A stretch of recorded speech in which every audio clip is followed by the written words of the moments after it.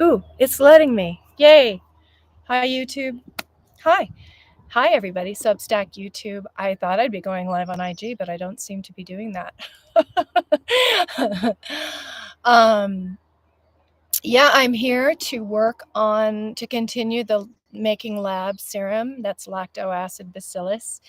And it's a unique way of deriving a strata of facultative anaerobic bacteria. Lab happens to be one of those. I kind of call her the white priestess. She's the warrior microbe. It's something you want to introduce into any situation where you don't have a lot of diversity. She is friendly to lactating mammals like humans, and it's just an amazing serum, and it's really easy to make. I did an experiment earlier, and I used corn that was indigenous to this garden, had wintered over, and I used some broom corn, which had some interesting properties. I think you can see this on another video, the one before this, the most recent. And we did that. And I've also got goat milk that I'm getting from the goats, and they're grazing here. So everything that I'm using to make this particular lab is indigenous to this place, which I'm really excited about. So here's my 3 different ones. Now, I did leave this to go a little bit long. You want to harvest it way before I'm doing it now. I personally don't mind that it's got a little bit of mold on the top, because it's allowing me to see what's actually growing from the compounds that I use, from the corn, from the broom corn, from the rice, just to kind of get an idea of what it's about. And if you remember, I talked about the broom corn having a very interesting sort of an aspirin or like scent to it. And it was actually the last one to separate. I actually didn't know it was going to separate. It took a good week after the others to separate, but here it is. This is the serum from the broom corn. This is from the rice wash right here. And this one is from the corn.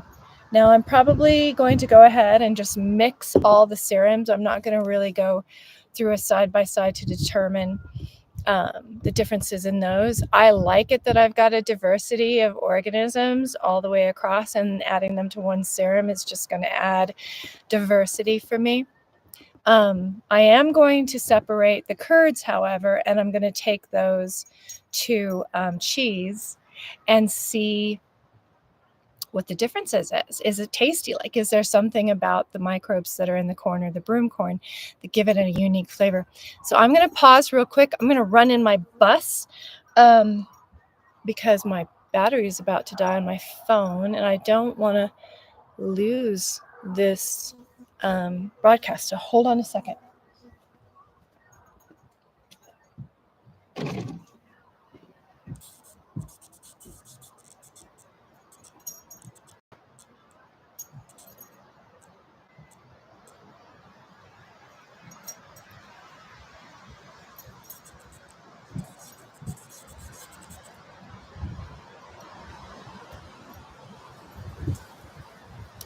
I don't know where it is. Oh, here it is, right in front of my face. All right, here you go. Sorry about that. Yeah, and for my Substack crew, I'm really curious if anyone would like to have some curriculum around this. Oh, it's going to work. Okay, let's see if I can balance it now. Yeah, I got it.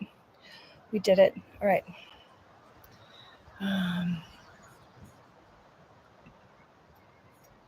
Okay. So, no end to the bowls and things that you can have. You want to make sure you have a scale. I really like this graduated cylinder.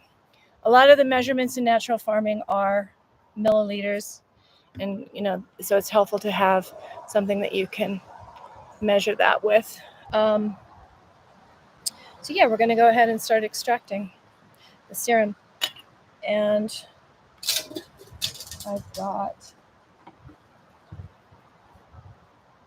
a paint strainer to separate the curds. I'm going to go ahead and collect all the serum in this jar. And I'm just going to slip this down inside of the jar and start pouring off the serum, separating it from the curd really like gently, as gently as I can.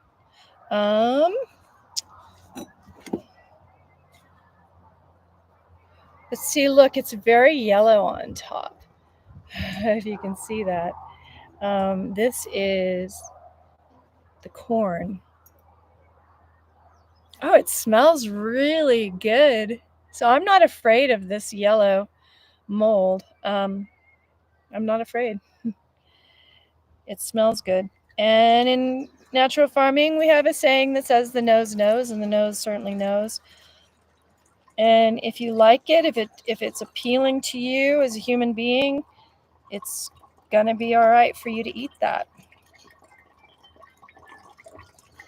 When we don't like something or we're repulsed by something, stay away from it. It's really that simple. We've been taught not to trust our senses, but it's a good idea to start practicing that. You're not going to kill yourself. So just even a nibble, making the cheese, a nibble, just to kind of get a feeling, just to kind of get your body used to trying things that your internal senses are telling you are all right. It's like using a muscle. It's like gaining that familiarity and that safety within your own abilities to sense things, right? That's what we want. So yeah, I've basically separated the curd, and now I have this lovely, or the whey, so now I have this lovely curd at the bottom.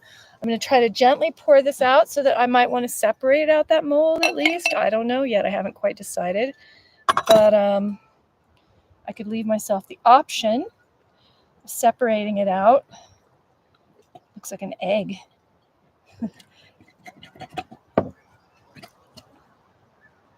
So there we go. There's my first separation. And see, I've got that moldy top on the side.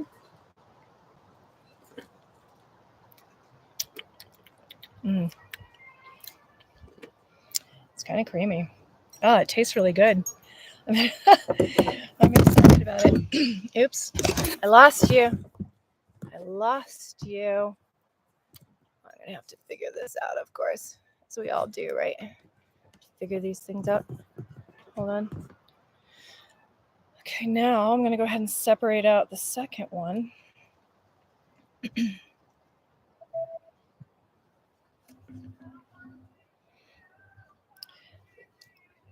So yeah, right smack in the middle of my science fiction time travel, I have 3 chapters called Natural Gardening. And so one of my characters, who's a goat herder, Samuel, and he's found areas in nature to have a wild garden, and he practices natural farming techniques. So this one has a different kind of growth pattern on the top. I don't know that you can actually see that, but there's a lot of kind of like a coral colored spotted growth, and this is from the rice. So this is something I would be sort of less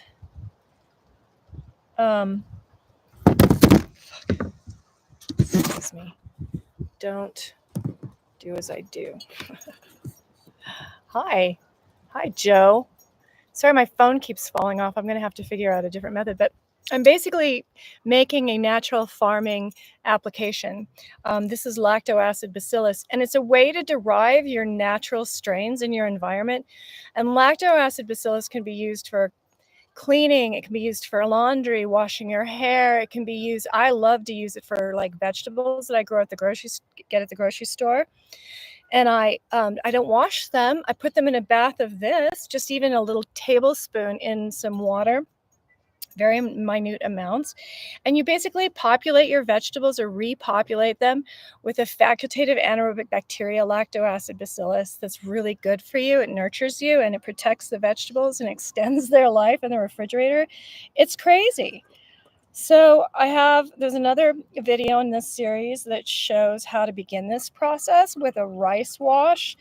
In my case, I used 3 different things. I did a rice wash, I used corn because it's high in carbohydrates, and I used a broom corn, which is higher in protein but still has the carbohydrates, because the lacto acid bacillus that you're gathering, a lot of sort of like a wide variety of organisms that you're capturing with the different washes. When you place that into milk as the second step, it favors the lacto acid bacillus because it's in milk. So you're giving it straight food, but you're not really feeding any of the others that might have been caught in your washes. And that's the way natural farmers sort of hone in on the type of microbe that they want to work with. And this is my goat milk. Oh, wow. So this smells more like yogurt. This was with the rice. This, I get more of the original goatiness. It's almost like it preserves the goatiness. This took it to another fermentation level. So we're going to separate out the curds. I'm going to go ahead and make cheese from that. It's all raw too. There's no cooking involved. So it's like super high in all the diversity of microbes. I mean, when we're taking probiotics, we're taking lab-grown lacto acid bacillus, and when we're making ourselves, we're getting it from our environment, which is so much more healthy for you.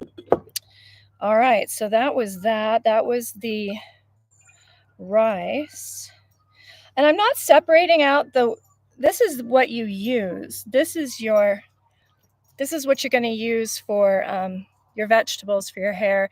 It also eliminates odors. So I have goats that habitate. As you see, I live in a bus, and I pull a trailer with the goats. So, and I'm also creating soil in the trailer using a deep mulch bed, and I inoculate that with the lacto acid bacillus because it really is the warrior microbe that sort of sets the stage for beneficial growth. So it'll come in there and dominate. And since it's a protector of lactating beings, it's highly beneficial for humans. So it sets the stage for other microbes to come in and who play nice. Now this is the broom corn, and it's odd. Like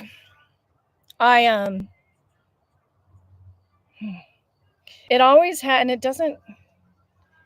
Yeah, I'm curious. That's all I can say about this one. The broom corn, I was looking into it, and it has a lot of tannins in the seed hull. So I'm wondering if the tannins are what give it the kind of interesting notes that it had both as a wash in that initial capturing of microbes, and now in the final product of the lab, it carries over this kind of astringent scent. It's not unpleasant, because that is the one thing in natural farming that you really want to pay attention to. Guess what? Your nose knows. Your nose knows. Your nose knows what is good for you and what isn't. And if you don't like the smell of something, do not eat it. Even if you just get it, it's like a hit, like, oh, I don't know, it's a little bit off. I don't know that I want to try it. I mean, but also at the same time, we're really used to killing our senses with chemicals. So some of us are not used to natural odors. So when you're first starting out, you kind of have to do that self-inventory and figure out if you're working from a bias or if you're actually counting on your senses to tell you what's real. I just can't stop smelling it. I'm like, there's something really interesting about it.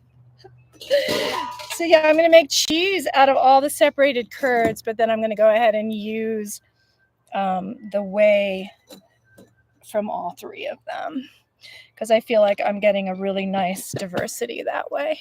And when you're using this, you can use it 1 to 300 in ratio, or you can use it 1 to 30, Like when I'm using it for vegetables and things like that, I just put a little dollop in there and like, my sink full of water and let the vegetables sit in there like 20 minutes, half an hour. Take them off, let them air dry. And it's gonna extend their shelf life by weeks. It's ridiculous. And I think because we're killing. Look how frothy it is. So this is the serum, and this is your final product when it comes to lactoacid bacillus. Yeah. So what I am making this specifically for is I'm going to be soaking some seeds in this tonight. I'm making a seed soak solution, and one of the ingredients is this. Another ingredient is OHN, which is called Oriental Herbal Nutrient, I have brought some with me on my travels. And it's got licorice root, angelica, garlic. There's 2 more. Of course, I knew I would have to know it and pull it up. Let's see. Let's see. What is in there? I also have fermented plant juice, which I have here, which I'm also going to be extracting. So this is really interesting stuff. You go out and you harvest the top 4 inches of plant material before the sun hits it at, pre-dawn or like right at dawn. And because all of the hormones and the enzymes are in those plant tips, and when the sun hits it, the plant sends all those down to the roots. But if you harvest it right then, you're capturing all the enzymes and the hormones, growth hormones, all that stuff. And then you pull all that out with sugar, 1-to-1 ratio. And that's what this is. This has been harvested and then added 1-to-1 with sugar with a sugar cap. And then you use this to stimulate the growth of plants. So we're doing a seed soak solution. So we're going to be giving those seeds a little signal like, hey, this is what your season's all about. Because this was harvested. It's my favorite thing, watercress. And it's so green in the spring. It's one of the first green things. So you go with the quality of the plant that you're harvesting. I want to make sure all of my seeds germinate. So I'm going to go for something that does well in the season. So that's why I've got that one. And then we're also going to add a little vinegar. Looks like I'm going to have to go get my vinegar. But I can do that later. So that's what I'm doing this for. I'm making a seed soak solution. And then before I leave today, I'm going to do one more thing. So that's it on the lab. I have traditionally gardened in high clay soils. Clay is tricky. It's super tricky, and it's super magical because it's magnetic. It's made up of these tiny little platelets. They're like little tiny magnets, and they're like little tiny capacitors as well. They're just, so if you understand how to make clay work for you, you can soften it, you can do all kinds of things with it. So I have a recipe for a fermented clay of all things. This is the clay of the area. It's just so, look at the color of this. This is where I live, Abiquiu, New Mexico. And I thought I'd just go ahead and mix some of that up, because you've got to mix some things with the clay and then seal it up from oxygen for 10 days. And then there's a whole nother process after that. So this is a very initial starting point. So, and some of the things that you have to gather for your fermented clay, here, I'll show you what I've got. I went up into the high elevation of the same ecosystem, and I got a little bit of the subsoil that just happens to lay between leaf material and what's underneath it, so that hemisphere, that layering, that strata that's right beneath the leaves, right where soil is being developed. I got some of that. Let's see what else I got. Ooh, I found some moose droppings. So moose are in that riparian area, like eating their vegetables in a watery realm. So they're already composting and kind of adding their enzymatic and their microbial biome to what's already there. I have more moose droppings from a different area. And I also have biochar that I gathered from campgrounds, like, people who leave their fires behind. Well, that makes a beautiful um, biochar. So biochar goes into the recipe, so I gathered some of that. And then pond scum. So I always go down, I usually try to find like some kind of plant that has their roots, and I go down a little bit and I gather up some of the pond scum from around the roots. Smells like pond scum. Then you get some subsoil. So I also have some subsoil that I gathered from a different region. And I'm just traveling from high elevation down here. So I go to Cottonwood, Buena Vista, Colorado, and it's on the same sort of western side of Colorado, and so it's literally part of the same ecosystem. I'm behind a volcano right here in New Mexico. Very, very clay, lots of ash, odd kinds of soil, and then all the way up to Buena Vista, which is pretty high mountain. So I'm gathering all the way down through all my different ecosystems and getting all these various things. I've done this. Okay, there's this stuff called cryosoil. I am just learning about this.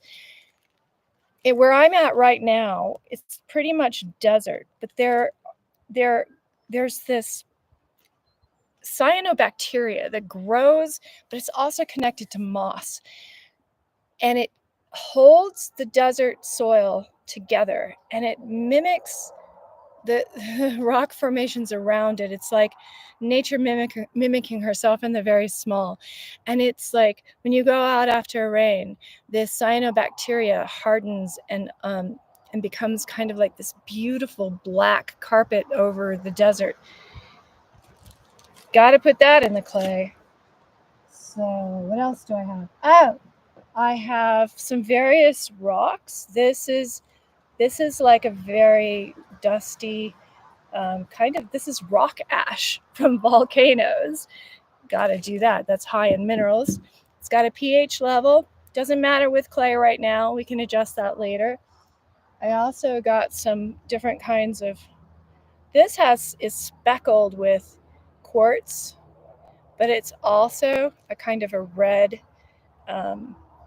stone.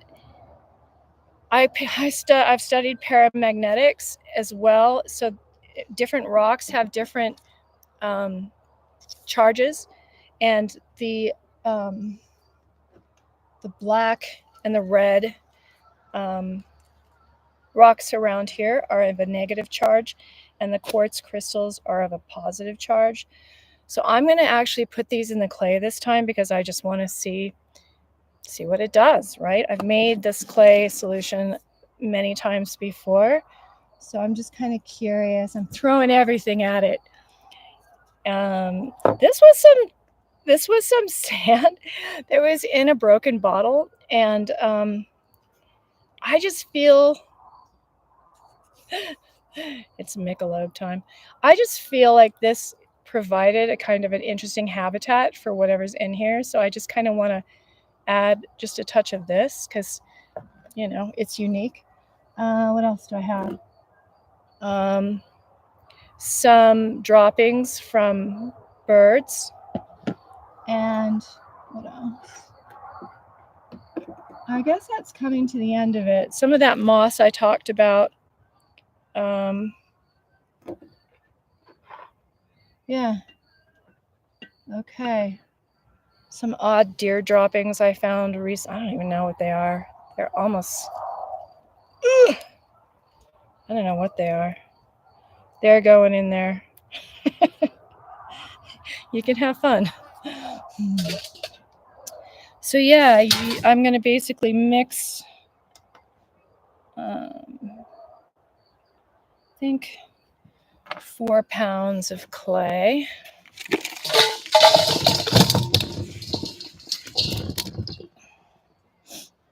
And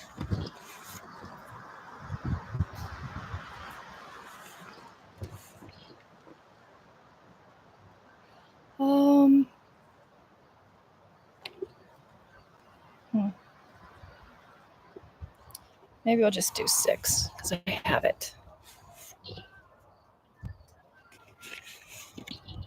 There's a whole recipe. I'm not really going to follow the recipe because I kind of know a little bit about what the ratios are. You're basically, what you're trying to do is just inoculate your clay with all the various microorganisms that you're going to find in the environments that I just described. And so yeah, I'm going to add a little bit of that strange glass sand, just a touch of it. I'm going to add some of the leaves and some of the subsoil beneath those leaves as it's turning to soil. I'm going to add all the strange things, the moss. Oh, wow. See, the moss is, there's sand. It's moss that's growing on sand. And that's where it's wet, but where it's dry, it leaves, it's the cyanobacteria that take over. And it just holds everything together. I don't know if you know the Abiquiu area, but it's incredibly unique. Here's some of that pond scum. Ooh, there's a worm in there. Yeah, there are some worms in there. Okay, we're going to put that in there. And we're going to add some moose droppings. I'm going to go ahead and crumble these up. They're dry. I mean, see, all moose eat are plant material. Oh, it's nice too. It's like goat dropping, same thing. Then what else do we have? Did I miss anything? Oh, the subsoil. Subsoil. What else? Oh, more of that cryptophile soil. All right. I think we did it. I think we did it. Now, before I had mixed the sand, all this up, and sort of just kneaded it into the clay. But I almost feel like this time I want to add water and make it more of a slurry, just to see if, I don't know, just to see if it gets more uniform. So I'm going to get some water. Oh, I got rainwater. I captured some rainwater.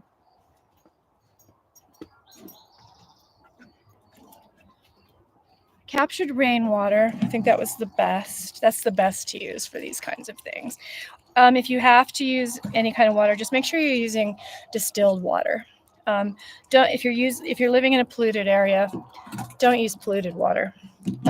It makes a difference. So yeah, now I'm just gonna get my hands really dirty.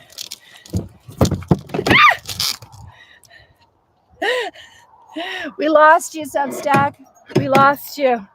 We lost you. But we're back. Oh, Jesus. I can't get my muddy fingers on the camera. Oh. Okay. Oh, so good. So good. Squish all that together. Then what you're going to do is you're going to put it in a bag. But I'm going to actually put it back in this container to the top. And then I'm going to press down the lid and so that there's no air in it, because you don't want you want the clay to be inoculated without oxygen, because you're trying to capture the facultative anaerobic bacteria. And facultative anaerobic bacteria, they tolerate non-oxygen conditions. They prefer oxygen, but they can tolerate non-oxygen.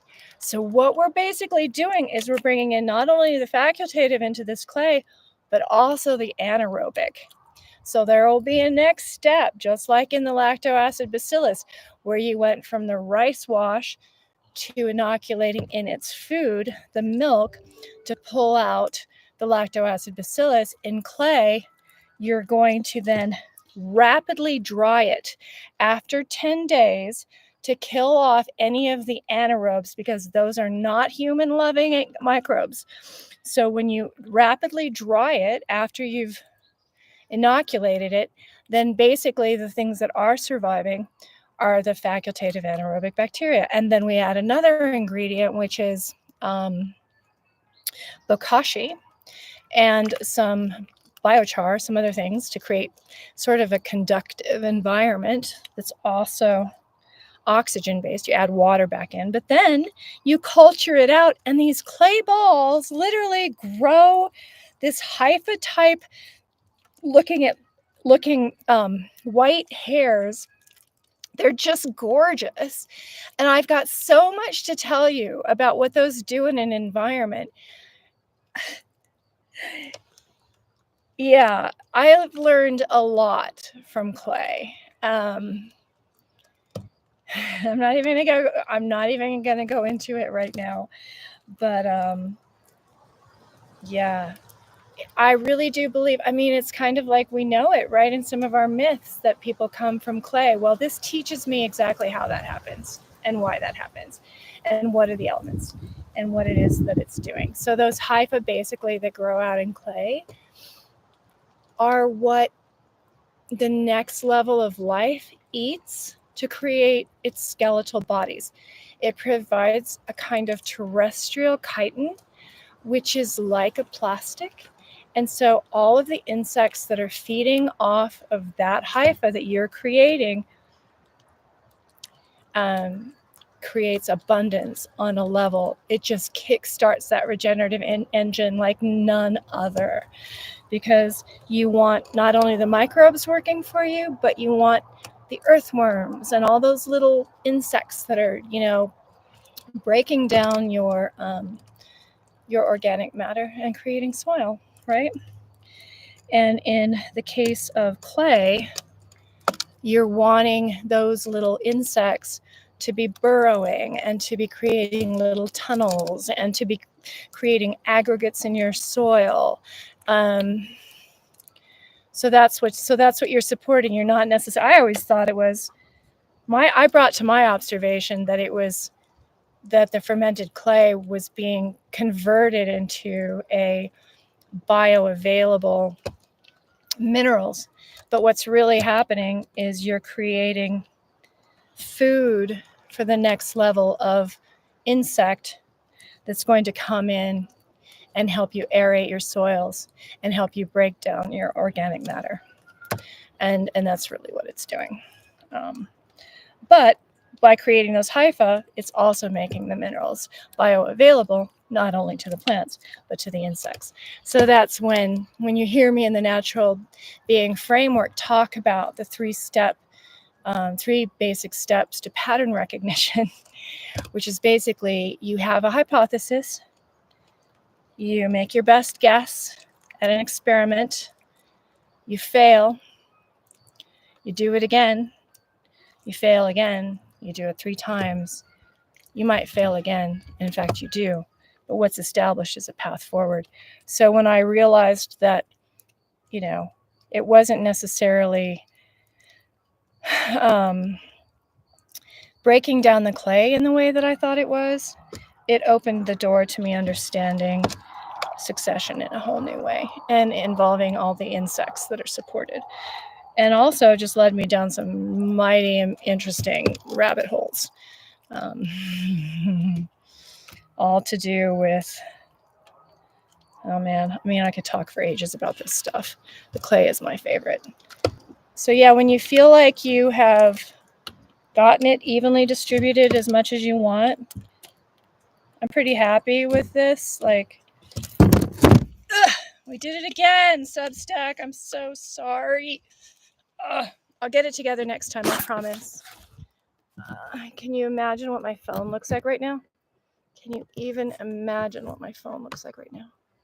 Okay, got it. We did it. You know, you got to iterate. This is what that is. I don't have my setup yet. I just got to this Abiquiu garden not that long ago. And yeah, I didn't know I was going to be growing food this year. But I'm going to be doing side-by-sides and testing out all these applications on a couple crops. I'm going to be growing chili, 6 different kinds, side-by-sides. So applying natural farming to half and not to the other half, so we can really get some data on how this is actually working. And I'm also going to grow zinnias and chili, and I'm going to grow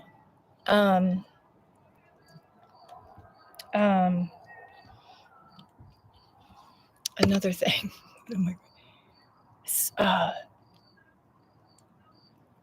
Oh shoot, dang it, of course I'm going to forget. Not amaranth, but broomcorn is a relationship, is a plant that, I'm going to make syrup out of it. Oh well, it'll come to me. So I'm growing that. I just like playing in clay. It's so much fun. Yeah, any questions? Fuck. Maybe I should end the stream while I'm not ahead anymore. I am going to have some cleanup to do. Thank God I'm not getting it on my computer. Oh, Jesus. Okay. It's like, okay. Good Lord. All right. We're going to put it in the container now. I'm done. I'm done. Done playing. Getting in trouble. All right. See all that clay? Oh. It's a long process. Ooh, I'm going to put my rocks in the bottom.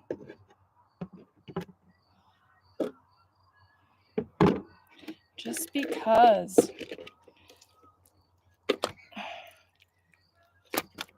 Filling it up. Fill it all the way to the top. I'm going to seal it up. Put the date on it because it's hard to keep track of 10 days. Oh, weird. I might have to add more water. Didn't quite fill it like I thought it would. All right. I guess we could do that. It might be interesting.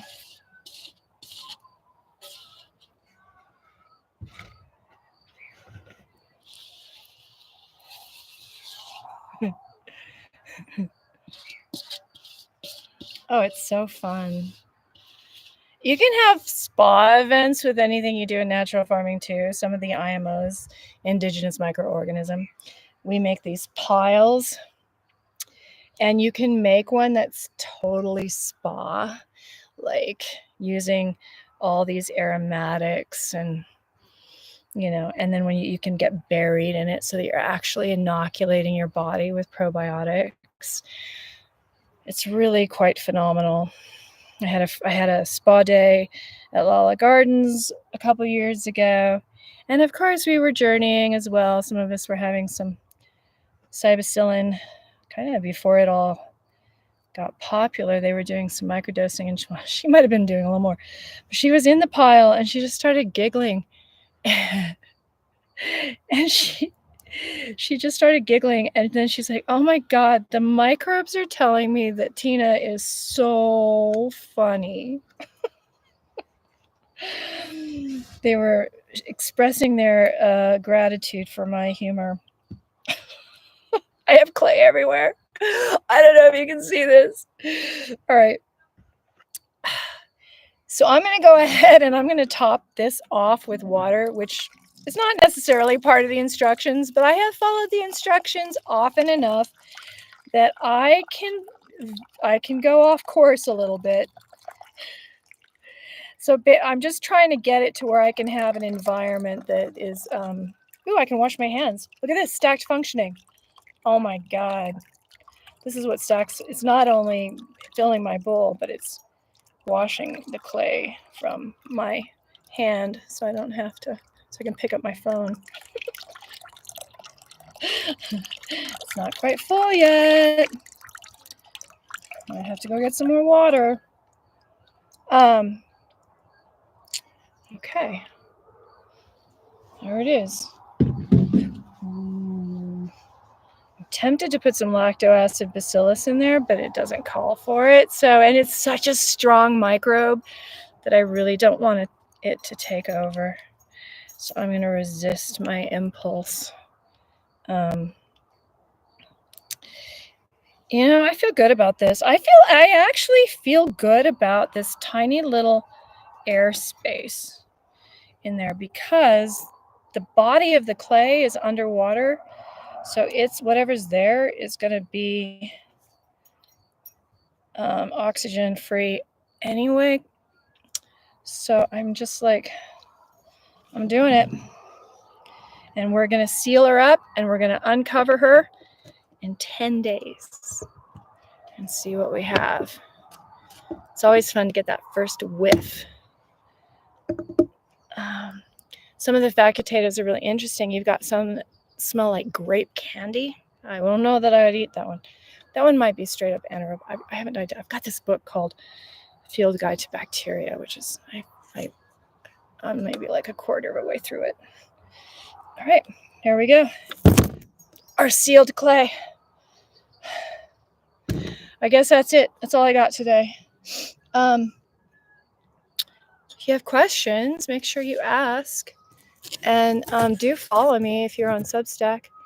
And if you really want to, you can start reading my book, Gardens of Lala.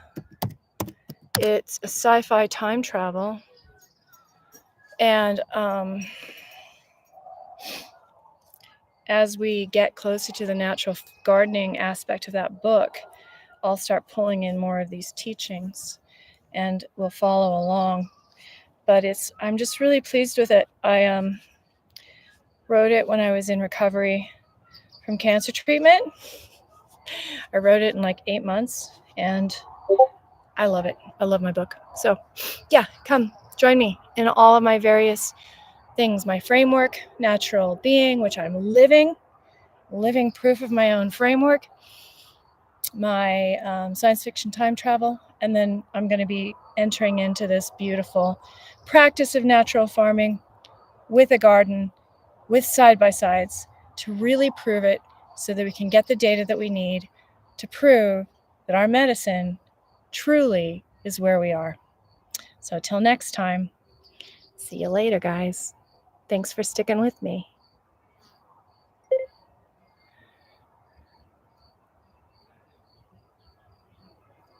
End stream. Oh, my computer is not a touch screen. All right.